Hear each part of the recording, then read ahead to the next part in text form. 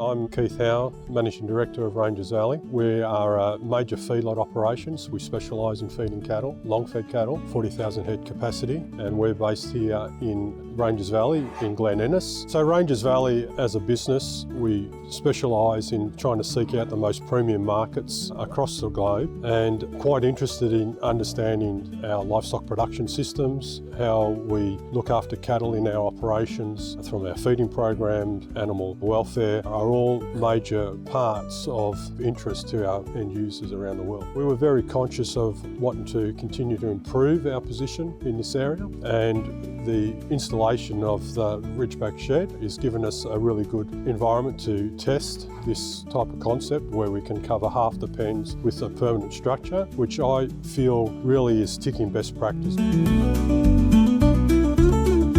So we spoke with various companies that provided permanent structure and we started talking to Entegra. We were very enthusiastic with the design of the Ridgeback. You know, we saw that it was probably the best solution out there in the industry. You know, we saw that that matched what Rangers Valley brands are all about. You know, we do a lot of work in trying to produce the highest quality product in the marketplace. We see the Entegra shed as part of that solution.